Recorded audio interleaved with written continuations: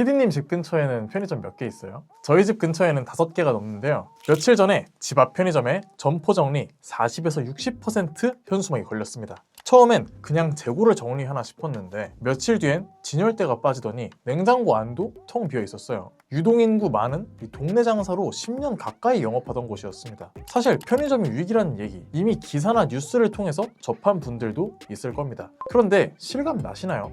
아닐 것 같아요. 여전히 동네마다 간판은 반짝반짝하고 어딜 가도 편의점이 있으니까요. 실제로 대부분 편의점이 잘 되는 줄 아는데 정작 그 안은 지옥이라고 합니다. 물건은 점점 비싸지고 손님은 줄고 사장님은 지쳐간다는 거예요. 일은 하는데 마이너스만 난다는 거죠. 실제로 2025년 1분기 기준 국내 편의점 매출은 0.4% 감소했습니다. 이게 0.4% 얼마 안 돼 보이지만 산자부가 통계를 내기 시작한 이래로 처음 있는 일입니다. 그리고 점포 수도 줄고 있는데요. 2023년 기준으로 봐도요. 국내 4대 편의점 브랜드의 이 점포 수는 54,852개로 전년 대비 68곳 감소했거든요. 편의점이 국내에 처음 들어선 이후 36년 만에 처음 있는 변화였습니다. CU의 BGF 리테일, GS25의 GS 리테일 주가도 모두 바닥을 치는 중이고요. 이렇게 편의점이 몰락하는 이유, 이 배달 플랫폼의 확산, 소비 심리 위축, 유동인구 감소 같은 이런 원인도 있지만 그보다 더 오래된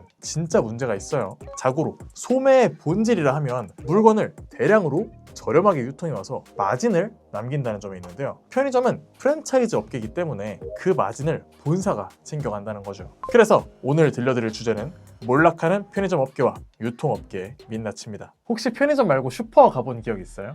지금은 동네 어디를 가도 GS25나 세븐일레븐 같은 간판이 보이지만 90년대 아니 00년대 초반까지만 해도 상황은 달랐어요. 주로 동네 슈퍼 갔거든요. 그 시절 슈퍼는 별거 다 팔았습니다. 콩나물, 두부, 맥심 커피, 참기름에 고기까지 그 작은 가게 안에서 동네 모든 소비가 굴러갔던 거죠. 그런데 1982년 좀 낯선 가게 하나가 서울 신당동에 문을 엽니다. 이름은 롯데세븐. 지금 생각하면 세븐일레븐이랑 헷갈릴 수도 있는데 실은 그냥 롯데가 일본 편의점을 따라 만든 모조품 같은 브랜드였어요. 결과는 쫄딱 망합니다. 문제가 뭐였냐면요. 혼자서만 너무 일찍 시작했다는 거였어요. 생각해보면요. 그때는 사람들이 슈퍼에서 고기도 사고 두부도 사던 이런 작은 시장이었는데 근데 편의점은 그런 거 하나도 없고 가격까지 훨씬 비쌌습니다. 심지어 당시는 야간 통행 금지가 막 풀린 시점이었는데요. 야간에 다닌다는 게 익숙하지도 않아서 24시간 영업도 큰 메리트가 아니었고요. 그러다 보니 오픈 1년 반 만에 무려 1억 원 적자를 기록하고 절수합니다. 그래서 한동안 편의점 얘기는 쏙 들어갔는데요. 다시 한국에 편의점 바람이 불기 시작한 건 1989년이었습니다. 미국 세븐일레븐 본사가 서울 올림픽 선수촌 아파트 근처에 정식 세븐일레븐 1호점을 열었거든요. 그래서 당시만 해도 신기한 가게 이런 정도 포지션이었어요. 수입 과자나 외국 음료 같은 게 많았거든요. 이렇게 초기의 편의점은 고급스러운 이미지였습니다. 실제로도 일반 슈퍼에선 보기 힘든 상품들이 많았고 삼각김밥 같은 즉석식품도 생소했죠. 지금처럼 편의점 도시락을 점심 대용으로 먹는 문화는 전혀 없었습니다. 그런데 분위기가 바뀐 건 IMF 외환위기 이후입니다. 경제 위기로 문 닫는 슈퍼들이 생기니까 이 창업 대안으로 프랜차이즈 편의점 가맹이 각광받기 시작했거든요. 본사에서 포스 시스템부터 물류망, 상품 기획까지 도와준다고 하니까 유혹도 달콤했고요. 그래서 서울을 중심으로 편의점이 빠르게 퍼져나갑니다. 그러니까 편의점 회사들 경쟁이 이때부터 박 터져요. 초반 판세는 이 LG25와 패밀리마트가 좋았어요. LG는 원래 전국 슈퍼체인을 운영하던 회사였고 패밀리마트는 전국 단위 유통망을 바탕으로 강원도, 제주도부터 심지어 금강산, 개성공단에도 매장을 냈습니다. 출혈은 컸지만 눈에 보이는 성장은 확실히 빨랐어요. 세븐일레븐은 근데 좀 달랐습니다. 편의점은 최초였지만 국내 시장에서 후발주자였던 만큼 차별화가 필요했거든요. 그래서 주목한 게 즉석식품이었습니다. 그 중에서도 바로 삼각김밥. 이 삼각김밥을 필두로 이때부터 본격적으로 편의점이 서민들의 삶에 들어오기 시작했는데요. 왜냐? 2002년 월드컵 전국적인 거리 응원 문화 속 그 사람들의 손에 쥐어진 게 김밥이랑 삼각김밥이었거든요. 그때 세븐일레븐의 매출 1위가 삼각김밥이었다고 하죠. 그리고 2009년 이번엔 GS25 차례였습니다. 이름은 2005년에 바꿨거든요. 해자롭다라는 말이 등장한 게 이때인데요. 1인 가구 증가, 금융위기, 가성비 열풍 이 모든 흐름 위에 도시락이 있었고 그 트렌드 위에 GS25가 올라탔습니다. 지금까지 GS25가 업계 1위 자리를 지킬 수 있게 한 이 시작점이었어요. 이어서 CU는 자기 이름을 찾는 일에 나섰어요. 2012년 일본 패밀리마트의 라이선스를 과감히 종료하고 독자 브랜드 CU를 출범시켰는데요. 무려 500억 원을 들여서 이 간판도 바꾸고 전산 시스템 교체하고 매장 구조까지 뜯어 고쳤습니다. 단기적으로는 위험했지만 장기적으로는 한국형 편의점 시대에 문을 연 상징적 사건이에요. 그래서 이맘때쯤 이 CU가 본격적으로 많아지면서 슈퍼보다 편의점에 가는 비율이 확실히 많아졌고요. 편의점 점포 수는 점차 늘어서 2020년대에 들어선 5만 개를 돌파합니다. 편의점이 주류 유통 채널이 돼버린 거죠. 그렇게 편의점은 국내 최다 매장 프랜차이즈 브랜드가 됐고 너도 나도 창업하는 지경에 이르렀는데요. 여기서부터 상황이 조금씩 달라지기 시작합니다. 처음에는 편의점이 많을수록 좋다고들 했습니다. 지금도 마찬가지죠. 이젠 건물 1층에 GS25, 골목 안쪽에 CU, 길 건너편엔 세븐일레븐, 굳이 싶을 정도로 가까운 거리에 편의점이 여럿 있는데 이게 우리 입장에선 너무 큰 장점입니다. 어디서든 언제든 뭐든 살 수 있으니까요. 그런데 그 장점이 점주들에겐 오히려 독이 됐어요. 일은 일대로 하면서 돈이 안 된다는 건데요. 편의점에서 돈 벌려면 알바를 해야 된다는 말이 있을 정도니까요. 그러니까 문제는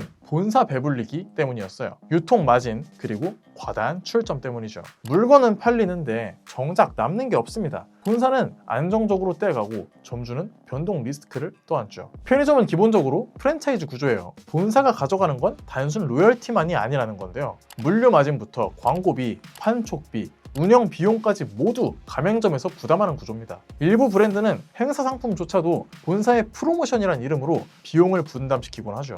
상품 하나 팔았을 때 남는 게 10에서 15%라고 하는데 그 마진에서 전기세, 인건비, 임대료까지 빼면 남는 게 거의 없어요. 사장님이 낮에는 물류받고 밤에는 카운터에 서 있어도 이 하루 10시간 넘게 일해서 겨우 본전치기인 이유가 여기 있어요. 더 심각한 건 점포 간 과잉 경쟁입니다. 동일 브랜드끼리도 100m 이내에 출점이 가능한 경우가 많은데요. 같은 브랜드인데도 서로 출혈 경쟁을 하는 거죠. 본사 입장에서는 그저 그냥 총 매출만 높아지면 이익이니까 적극적으로 출점을 권하지만 점주는 생존이 걸린 문제입니다. 실제로 일부 점주는 내 바로 옆 건물에 같은 브랜드 점포가 생겼다는 하소연을 하기도 하죠. 실제로 우리나라 편의점 분포는 세계적으로도 심각한 상황이에요. 편의점 종주국 일본, 이 일본도 편의점 참 많은데요. 2024년 기준 일본은 5만 5천여 개라고 합니다. 우리나라랑 비슷하죠. 그런데 인구는 우리나라 2배가 넘어요. 1억 2천만 명이 넘습니다. 대강 계산했을 때 일본은 인구 2,200명당 편의점 하나, 우리는 900명당 하나죠.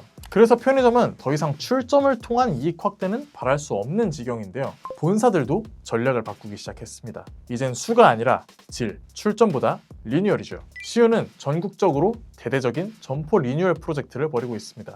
도색과 간판 교체부터 매장 내 구조, 진열대, 냉장고, 휴게 공간까지 싹 바꾼다고 해요. 작년엔 800여 개 점포가 참여했고 올해 1에서 4월 사이에만 500여 개가 추가로 리뉴얼을 시작했습니다. 올해 말까지는 1200개 점포 참여가 목표라고 하죠. 세븐일레븐도 뉴웨이브 모델이라는 새로운 가맹 형태를 도입했는데요. 공간 디자인과 체험 콘텐츠를 강화하고 상권 맞춤형 상품 구성을 시도하는 방식이죠. GS25도 소비자 설문을 바탕으로 매장 구성, 상품 전략, 서비스 방식을 전면 재정비 중입니다. 중요한 건 이게 예뻐 보이기 위한 게 아니라는 거예요. 점포를 늘리는 방식이 점주들에겐 안 좋았어도 본사 입장에선 나쁘지 않은 선택이었다면요. 이젠 본사까지 갉아먹는 중이라 다른 방법을 찾고 있다는 거죠. 그래서 외국인을 겨냥한 전략도 동시에 전개되고 있습니다. CU가 AI 통역 서비스, 외국인 비자 대행 서비스를 이 편의점 업계 최초로 도입하는가 하면 GS25는 환전 키오스크와 선불카드 발급도 연결했죠. 그래서 정리하자면 이렇습니다. 지금 편의점은 숫자만 보면 망할 것 같지는 않지만 지금이 가장 아슬아슬한 시기예요. 매출은 줄고 점포는 정리되고 소비자 눈은 높아졌습니다. 그래서 편의점은 지금 매장을 바꾸고 상품도 바꾸고 고객도 바꾸고 있습니다. 숫자가 말해주니까요. 근본적인 전환이 필요한 상황이라는 거예요. 소비자 만족도는 사실 이미 충분합니다. 이젠 남아야 돼요. 물건을 더 싸게 가져올 수 있어야 되고 점주도 충분히 더 확실한 수익을 남길 수 있어야 돼요. 결국 유통 구조의 재편과 가맹점 계약의 공정성 확보입니다. 상생 협약이란 말은 오래전부터 나왔지만 실제로는 본사의 책임 회피 수단이 된 경우도 있죠. 오히려 기초생활 유통망이라는 본질에 맞게 지역별, 매출별, 수익 구도 차등화, 점포 간 거리 제한 강화 이런 실질적 제도 변화가 필요하다는 거예요. 여러분들은 어떻게 생각하시나요? 집 앞 편의점, 지금 당장은 편의점에 문제 없어 보이지만 그 속은 어떨지 모릅니다. 과도하게 많은 편의점들, 정말 몰락을 막기 위해선 어떤 조치가 필요할지 생각 공유해 주시면 많은 공부가 될 것 같습니다. 마지막으로 저희 채널은 브랜딩 스튜디오 텔료월드에서 운영 중입니다. 살아남는 브랜드를 만들고 싶으신 분들은 아래 메일로 연락 주시면 감사하겠습니다. 더 많은 포트폴리오와 이메일 주소는 영상 더보기란에 첨부하겠습니다. 그럼 오늘도 즐거운 영상 시청하셨으면 좋겠습니다. 감사합니다.